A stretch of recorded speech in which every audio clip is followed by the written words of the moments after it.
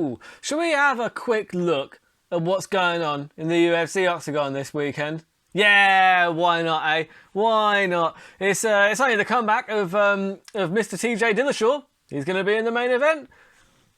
It's going to be interesting. It's going to be an interesting one. So this is the Burt Locker Fights in 15. Just to give you a little quick run through of what to expect. Basically, what I like to do is I go through the card. I have a quick look at who I think might come in as an underdog. Or even if I'm betting on the favourite, I will find a way to make that bet terrible so that there is a very small chance that it ever comes off. But no, I'm a sadist. But I enjoy it. You know? Adds a little spice to the fights. But I'll give you a quick breakdown. Maybe some fights to look out for that possibly you didn't know were on the card. So this is the Burt Locker Fights in 15 for UFC Vegas 32. Let's take a look. So let's start off in the middleweight division. Middleweight division, we've got Mr. Ian Heinisch, who is going to be stepping into the octagon again. Now, I love this guy because of his backstory, right? Do a little bit of research into Ian Heinisch. Like, basically, I think he was dealing ecstasy or something in college, and he got busted doing that and ended up having to kind of flee to Spain. He then started working in a bar out there, sleeping on the beach for months, but then he got involved in some organised crime out there, selling some drugs out there, and eventually had to come back to the United States, did some time in Rikers Island, and now he's fighting in the UFC. Woo! It's a hell of a backstory. It's really good. But yeah, and I really enjoy it. Like, he looked really good against Meerchat, but with respect to Meerchat, he's not looked brilliant himself, kind of as of late. But you know, his inside leg kick to the cross was really good, and you didn't see that against Gastelum because he fought Gastelum last time out. And but you've got to bear in mind how good Gastelum is. And you look at the people that Heinisch has fallen short against, and you know, you've got Brunson, Akhmedov, Gastelum. No, there's no real shame in any of those losses. So, as you can tell, I'm a huge fan of Ian Heinisch. He is taking on Nassourdine Imavok. What is his name? I think I've written this down wrong. Let me have a look here, because I've actually got it. This is from the betting site that I've got on here. Imavov. Yeah, Imavov. I'm gonna change that. Right, Imavov. I knew there was two V's in there. Was certain of it. Yeah, so Nassourdine Imavov. Anyway, he's this Russian cat. He's got, you know, a few losses on his record. Like, I think he's like 9-4, something like that. But he's like, either way, he's not lighting the world on fire. But he is 6'3". He's got a considerable height advantage in this fight, and he's got like about a 3-inch reach advantage. You know, so the thing is, as much as I'm a huge fan of Ian Heinisch, I kind of want to see Heinisch win this fight, and in spectacular fashion. I would absolutely love that. But my money is going to go on Imavov. Imavov, he's an underdog at 2.20, and if I'm totally honest, like I said, Heinisch, he's not exactly beaten like a huge who's who in the UFC. In fact, he struggles to string more than one win together altogether. But yeah, no, as much as I like Heinisch, I am going to go with Imavov in this one, purely because, look, he's got the reach advantage, he is taller, and his nickname is the Sniper. So I would think that it's possible that he's going to try and keep Heinisch at range and likely keep him on the end of his jab, end of his crosses, and, you know, possibly outpoint him to a decision or maybe find a late TKO. But either way, 2.20 is the underdog. Imavov to beat Ian Heinisch, as much as it breaks my heart, because Heinisch, you know, I'm still going to be cheering for him because, goddamn, I love that backstory. He's a bad man. He has got a colourful past, and I love that. So, yeah, anyways, that's a fight that I'm going to be excited to watch. I think it should be quite an interesting matchup. And then we've got the return of Mickey Gall. I bet you didn't know that he was fighting on this card. I mean, I didn't. So, Joe, full disclosure, I had no idea that Mickey Gall was coming back to fight Jordan Williams. The original CM Punk killer himself is gracing us with his presence once again. Now, the real question is, can Mickey Gall find a win here? Can he get back to his winning ways? Because, yeah, okay, he looked really good against CM Punk, but with respect, who wouldn't? And since 2016, when he fought Sage Northcutt, he has gone win-loss, win-loss, win-loss. Now, the pattern, I'm big into patterns, right? And this isn't how you should bet money, folks. You should definitely not just think, well, he's gone win-loss, win-loss, win-loss, and he lost his last one, so therefore he's due for a win. that isn't how anything works. But in my mind, that's easy money. Oh, yeah. So I'm going to be taking Mickey Gall in this one because he's 2.38 as the underdog. And I would also say that he's probably most likely, if he's going to win, to get the submission because that's where we've seen him go before. I think the submission is like +6, which is actually 5-1. That's not bad at all. I have gone just with the win, like just because he's coming in as an underdog, and I'm going to be banging it on an accumulator anyway. And he's got no chance of coming off, so who cares? And yeah, so it should be a good one for Mickey Gall to get his eye back in. Look, he's 29 years old. He should be just hitting his prime. I know that we've seen him kind of look, you know, the good and the bad with Mickey Gall, but you've got to bear in mind, loss to Mike Perry is not kind of the end of it, because Mike Perry is a big, like, strong welterweight. Jordan Williams is actually, he used to fight at 185 in the regional circuit, so it'll be interesting to see how he fares at welterweight, see what he looks like. But yeah, so anyway, Mickey Gall to get the win, 2.38. That is a terrible bet. I'm adding that to the bet slip. Then we have got the ladies. There's a couple of women's fights on here that have really piqued my interest. This one here especially so. Miranda Maverick versus Macy Barber in the women's flyweight division. Now, this is an intriguing matchup because it wasn't long ago that Macy Barber was being touted as like the next big thing, but she has now, you know, she's lost twice in a row.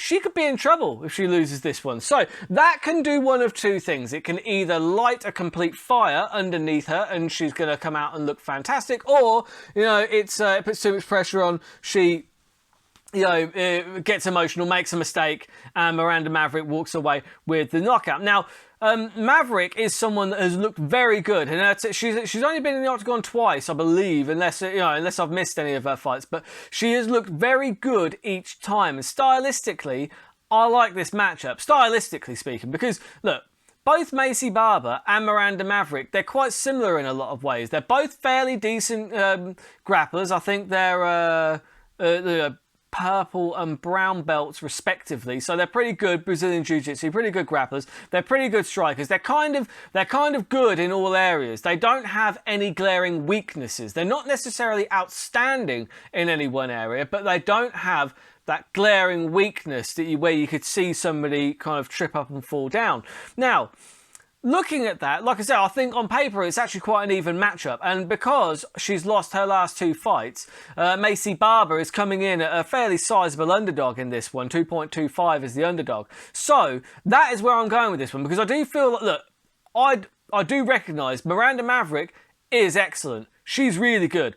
I would not be surprised to see Miranda Maverick just cruise to another win here and just look really good. However, stylistically, like, you got to look at the losses that Macy Barber had. I mean, the last one was pretty kind of convincing. However, the one against Modafferi, like, you got to bear in mind that, you know, that Macy Barber blew her knee out realistically, and that's why I'm not taking anything away from Roxanne Modafferi, but would she still have won that fight had Macy Barber not blown her knee out and had to kind of continue to the end? We don't know. So yeah, like I said, I am going to go with Macy Barber in this one just because I feel like it's really close on paper and there's some value there at 2.25 to get Macy Barber as an underdog in this fight. And then we've got the ladies coming in again. Aspen Ladd against Macy Chaisson. Now, on paper, this one I think is a bit of a mismatch, if I'm totally honest. Aspen Ladd is good. She's very, very good.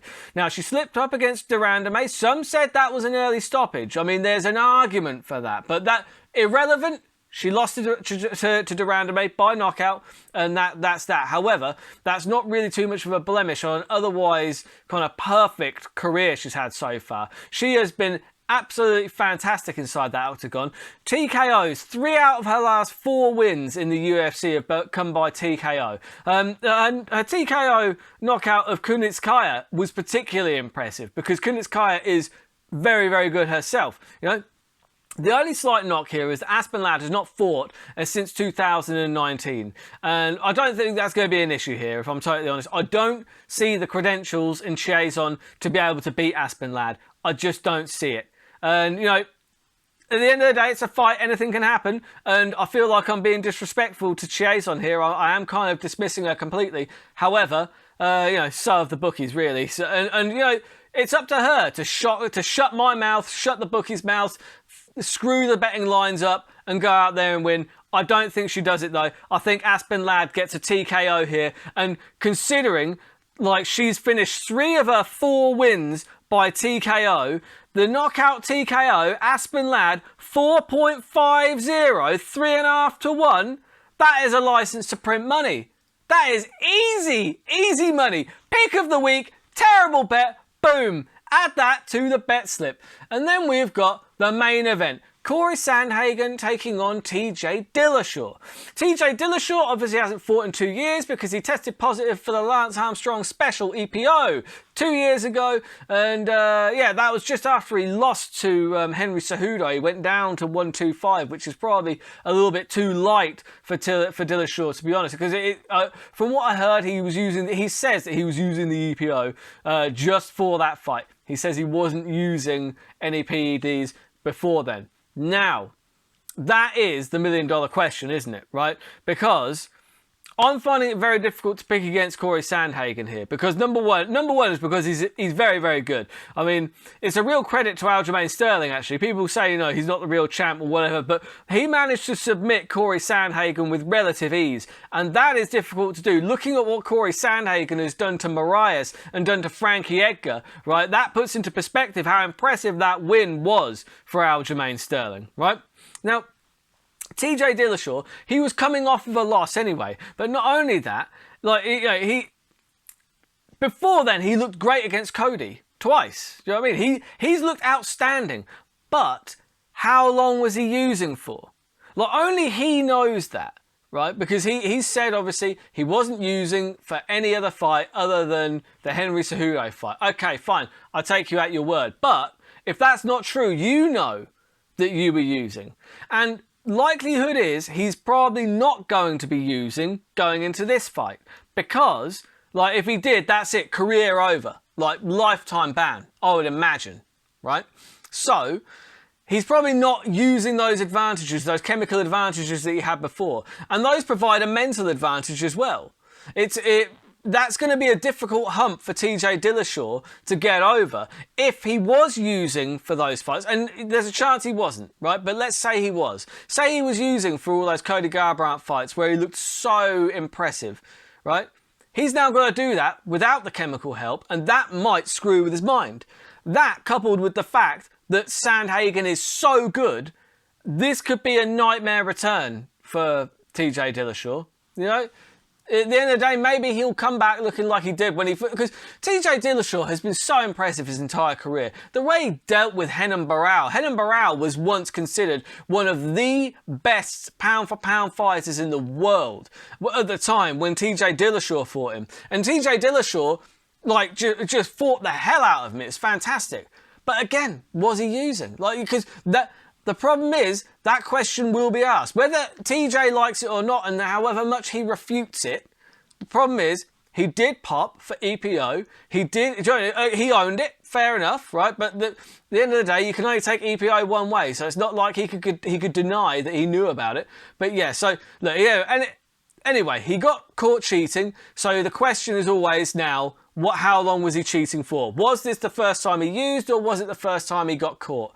It's very unlikely, really, that it was just the first time he used, you know. But you know, so for me, this is Corey Sandhagen's fight, and I think that he gets the knockout here. Over 5 rounds, I just think that the knockout is probably coming. Now, that's 2.50 for the knockout, which is pretty good. That's a pretty good price, actually. You're getting better to even money on the knockout. But I also think it's going to be round number 2, which is 9.5, which is 8.5 to 1. That's a terrible bet. I'm putting both of those on. And obviously, I'm not just going to put all those on as single bets. No. What I'm going to do is bang it up here, because you've got the 5-fight ACCA, which is 634.84.